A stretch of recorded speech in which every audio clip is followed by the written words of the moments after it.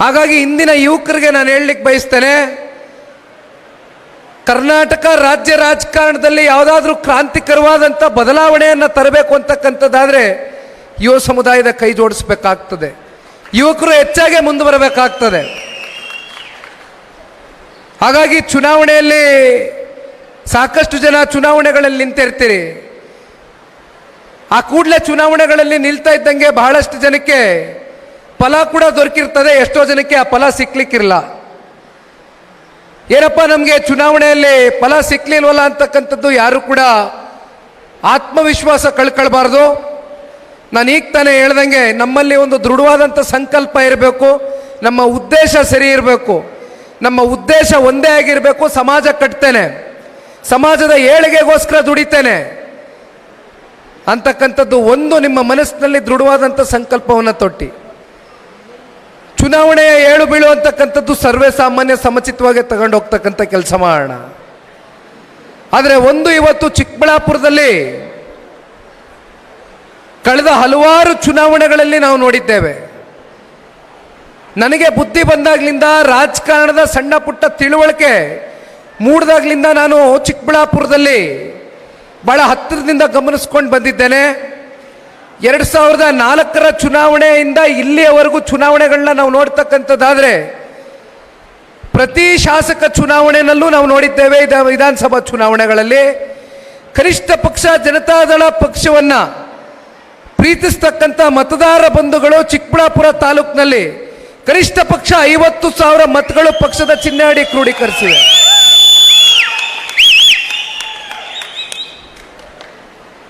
ನಿಮಗೆ ತಾಲೂಕಿನಲ್ಲಿ ಬೇಕಾಗಿರ್ತಕ್ಕಂಥದ್ದು ಒಂದು ಕೊರತೆ ನಾನು ಗಮನಿಸಿರ್ತಕ್ಕಂಥದ್ದು, ನಿಮ್ಮ ಜೊತೆಯಲ್ಲಿ ಒಂದು ಮೇಟಿ ಬೇಕಾಗಿದೆ. ಇವತ್ತು ನಿಮ್ಮ ಜೊತೆಯಲ್ಲಿ ನಾವು ಇರ್ತೇವೆ, ಕಾರ್ಯಕರ್ತರ ನೋವಿಗೆ ಸ್ಪಂದಿಸಬೇಕು, ಜನತೆಯ ಸಮಸ್ಯೆಯನ್ನು ಅರ್ಥ ಮಾಡ್ಕೊಂಡು ಹಳ್ಳಿ ಹಳ್ಳಿಗೆ ಕಾರ್ಯಕರ್ತರನ್ನ ಕಟ್ಕೊಂಡು ಸಂಘಟನೆಗೆ ಹೋಗಬೇಕು ಅಂತಕ್ಕಂಥದ್ದಾದರೆ ನಿಮಗೆ ಯಾರಾದರೂ ಒಬ್ಬ ಮೇಟಿ ಬೇಕಾಗಿದೆ. ಆ ಮೇಟಿಯ ಕೊರತೆಯನ್ನು ಇವತ್ತು ನಮ್ಮ ಚಿಕ್ಕಬಳ್ಳಾಪುರ ತಾಲೂಕಿನಲ್ಲಿ ನಾವು ಎದುರು ನೋಡ್ತಾ ಇದ್ದೇವೆ. ನನಗೆ ಗೊತ್ತಾಗಿಲ್ಲ ತಮ್ಮ ಹೆಸರು. ಮೋಹನ್ ರಾಜ್ ಅವರು ಬಹಳ ಆಕ್ರೋಶ ಭರಿತವಾಗಿ ಅವ್ರ ಮನಸ್ಸಲ್ಲಿರ್ತಕ್ಕಂಥ ನೋವಿನ ಬಗ್ಗೆ ಹೇಳ್ತಾ ಇದ್ರು. ಇದು ಕೇವಲ ಮೋಹನ್ ರಾಜ್ ಅವರ ಭಾವನೆ ಅಷ್ಟೇ ಅಲ್ಲ, ತಾಲೂಕಿನ ಎಲ್ಲ ನಿಷ್ಠಾವಂತ ಕಾರ್ಯಕರ್ತ ಬಂಧುಗಳು, ಹಿರಿಯ ಮುಖಂಡರು, ಯುವಕರು ಎಲ್ಲರ ಭಾವನೆನೂ ಹೌದು. ಒಂದು ಮಾತನ್ನ ಈ ಸಂದರ್ಭದಲ್ಲಿ ತಿಳಿಸ್ಲಿಕ್ಕೆ ಬಯಸ್ತೇನೆ. ನಾವು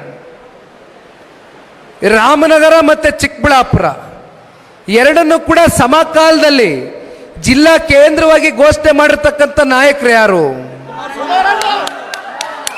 ನೀವು ಬೆಳೆಸಿರ್ತಕ್ಕಂಥ ಸನ್ಮಾನ್ಯ ಕುಮಾರಣ್ಣವರು. ಅಷ್ಟು ಚಿಕ್ಕಬಳ್ಳಾಪುರದ ಮೇಲೆ ಅವ್ರಿಗೆ ವಿಶೇಷವಾದಂಥ ಪ್ರೀತಿ ಅಭಿಮಾನ ಇದೆ.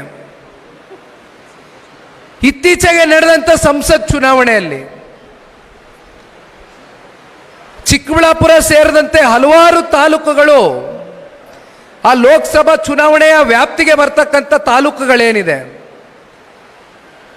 ಎಲ್ಲ ಕಡೆಯೂ ಕೂಡ NDA ಅಭ್ಯರ್ಥಿಯ ಗೆಲುವಿಗೆ ಪ್ರಾಮಾಣಿಕವಾಗಿ ದುಡಿದಿದ್ದೀರಿ, ಪ್ರಾಮಾಣಿಕವಾಗಿ ಸೇವೆ ಸಲ್ಲಿಸಿದ್ದೀರಿ, ಆರೋಗ್ಯಕರವಾದಂಥ ಚುನಾವಣೆ ಮಾಡಿಕೊಟ್ಟಿದ್ದೀರಿ, ಪಕ್ಷದ ಗೌರವವನ್ನು ಎತ್ತಿಡಿದಿದ್ದೀರಿ.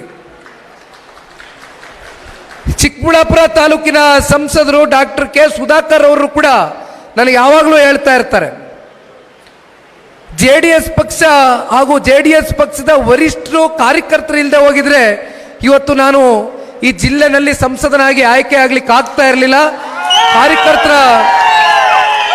ಕಾರ್ಯಕರ್ತರ ಶ್ರಮ, ದುಡಿಮೆ ಇವೆಲ್ಲವೂ ಕೂಡ ಇವತ್ತು ನನ್ನನ್ನು ಸಂಸದರಾಗಿ ಆಯ್ಕೆ ಮಾಡ್ತಕ್ಕಂಥದ್ರಲ್ಲಿ ಇವತ್ತು ಬಹಳ ಮುತುವರ್ಜಿಯನ್ನು ವಹಿಸಿದ್ದಾರೆ ಅಂತಕ್ಕಂಥದ್ದನ್ನ ಇದು ನನ್ನ ಮುಂದೆ ಅಷ್ಟೇ ಅಲ್ಲ ಅವ್ರು ಹೇಳೋದು.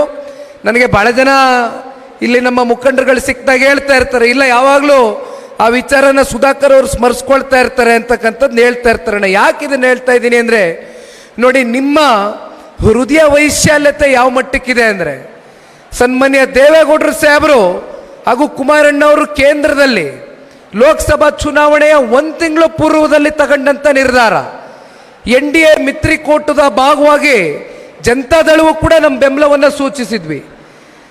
ಆ ಸಂದರ್ಭದಲ್ಲಿ ನಾವು ನೆನೆಸ್ಕೋಬೇಕಾಗ್ತದೆ, ಇದೇ 2019ರಲ್ಲಿ 18ರಲ್ಲಿ ಕಾಂಗ್ರೆಸ್ನ ಸರ್ಕಾರ ಮತ್ತು JDSನ ಸಮ್ಮಿಶ್ರ ಸರ್ಕಾರದಲ್ಲಿ ಕುಮಾರಣ್ಣವರು ಮುಖ್ಯಮಂತ್ರಿ ಆಗಿದ್ರು. ಒಂದು ವರ್ಷ ಕಳೀತಾ ಇದ್ದಂಗೆ ಲೋಕಸಭಾ ಚುನಾವಣೆ ಎದುರಿಸ್ತೀವಿ.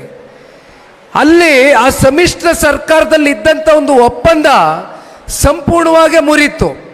ಯಾವ ರೀತಿ ಬೆನ್ನಿಗೆ ಚೂರಿ ಚುಚ್ಚತಕ್ಕಂಥ ಕೆಲಸ ಕಾಂಗ್ರೆಸ್ನವರು ಒಂದು ಕಡೆ ತುಮಕೂರಿನಲ್ಲಿ ದೇವೇಗೌಡರು ಸಾಹೇಬ್ರನ್ನ ನಿಲ್ಲಿಸಿ ಸೋಲಿಸಿದ್ರು, ಇನ್ನೊಂದು ಕಡೆ ಮಂಡ್ಯದಲ್ಲಿ ಯಾವ ರೀತಿ ಪ್ರಕರಣ ಆಯಿತು ಅಂತಕ್ಕಂಥ ಉದಾಹರಣೆ ನೋಡಿದ್ದೀರಿ.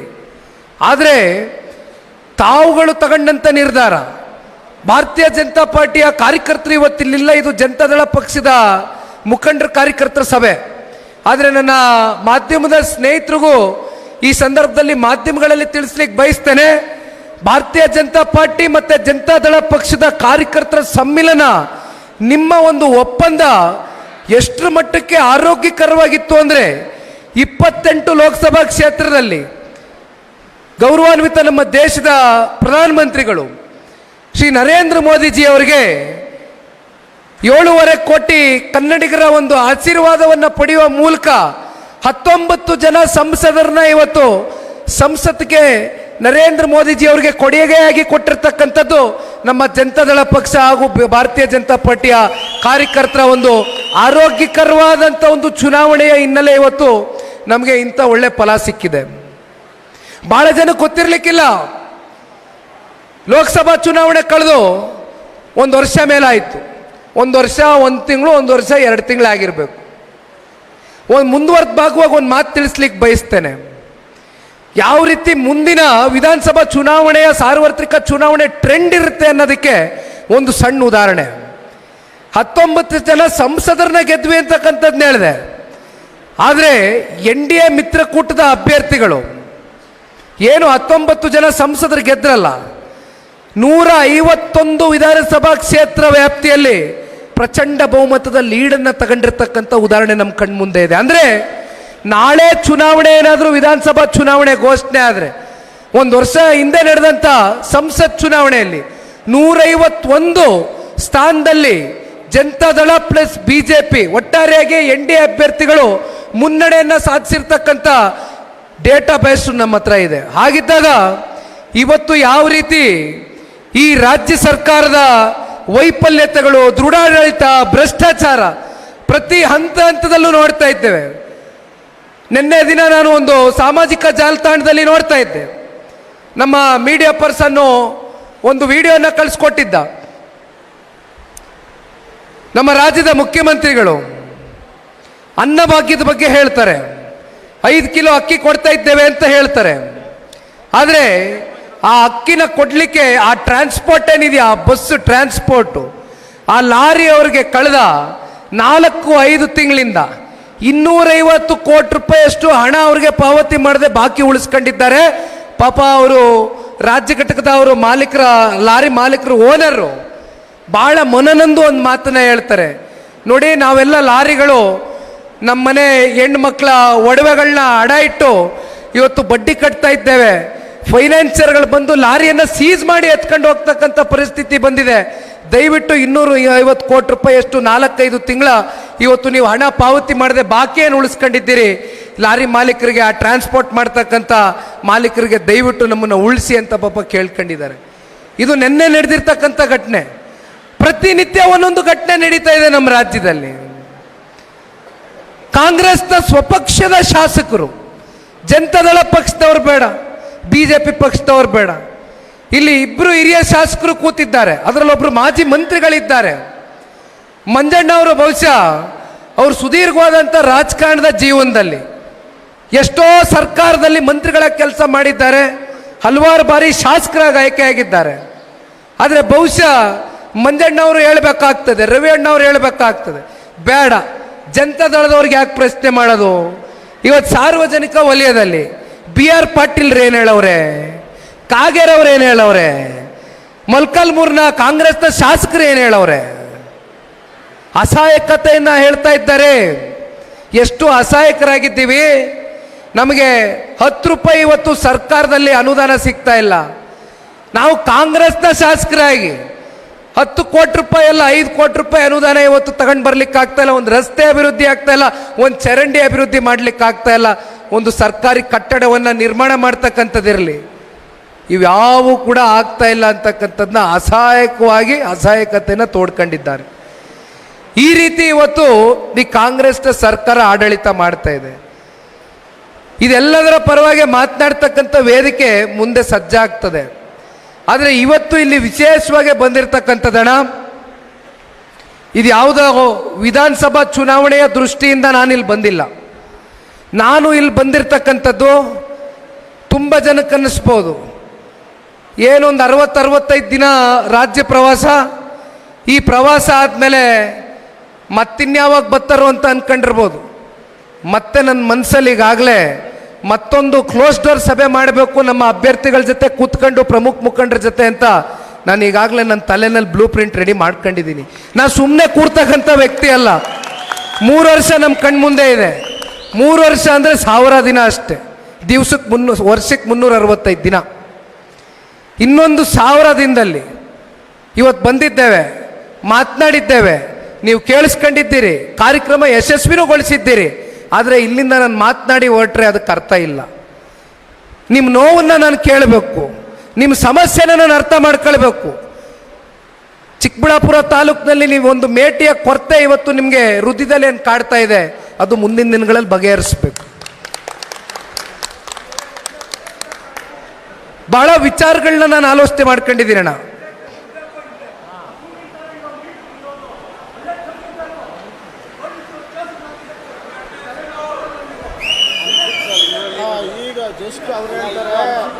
ನೋಡಿ, ಒಬ್ರು ಹಿರಿಯರು ಹೇಳ್ತಾರೆ, ಅಂತಿಂತ ಗಂಡಲ್ಲ ಒಳ್ಳೆ ಟಗರ್ಬೇಕು ಅಂತ ಕೇಳ್ತಾರೆ.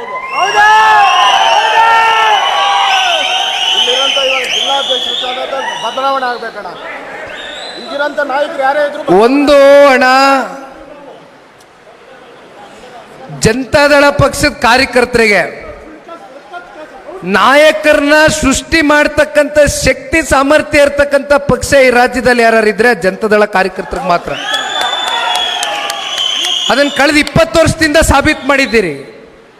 20 ವರ್ಷದಿಂದ ಎಷ್ಟೋ ಜನ ಶಾಸಕರಾಗಿ ಬೇರೆ ಬೇರೆ ಪಕ್ಷಕ್ಕೆ ಹೋಗಿರ್ತಕ್ಕಂಥ ಉದಾಹರಣೆಗಳು ನೋಡಿದ್ದೀರಿ. ಆದರೂ ಕೂಡ ಇಷ್ಟು ಪಕ್ಷ ಸದೃಢವಾಗಿದೆ ಅಂದರೆ ಅದು ನಿಮ್ಮೆಲ್ಲರ ಹೋರಾಟದ ಪ್ರತಿಫಲ. ಹಾಗಾಗಿ ಯಾರು ಧೃತಿಗೆಡೋದು ಬೇಡ. ಇನ್ನೂ ಹಲವಾರು ವಿಚಾರಗಳು ನನ್ನ ತಲೆನಲ್ಲಿದೆ. ಎಲ್ಲ ಹೊರಗಡೆ ವೇದಿಕೆಯಲ್ಲಿ ಮಾತನಾಡ್ತಕ್ಕಂಥದ್ದು ಬೇಡ.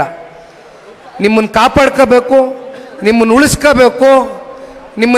ನಮ್ಮನ್ನು ಬೆಳೆಸಿದ್ದೀರಿ, ನಿಮ್ಮನ್ನು ಕಾಪಾಡ್ತಕ್ಕಂಥ ಜವಾಬ್ದಾರಿ ಕರ್ತವ್ಯ ನಮ್ಮ ಮೇಲಿದೆ. ಆ ಹೊಣೆಗಾರಿಕೆ ನಾನು ತಗೋತೀನಿ, ತಲೆ ಕೆಡಿಸ್ಕೋಬೇಡಿ.